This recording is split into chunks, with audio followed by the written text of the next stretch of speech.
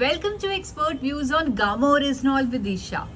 Today, on the occasion of World Diabetes Day, we have amongst us super specialist, interventional cardiologist, electrophysiologist, Dr. Nabajit Talukar to tell you how effective Gamma Oryzanol nutraceutical will be for patients suffering from diabetes.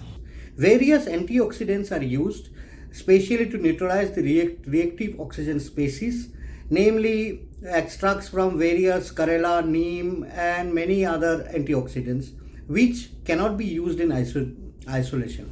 The search was on till recently when gamma oryzanol has been propounded to be of importance, and in early stage of the disease, gamma oryzanol can help in reversing the effects mediated by diabetes, particularly by increasing insulin secretion and increasing the insulin sensitivity.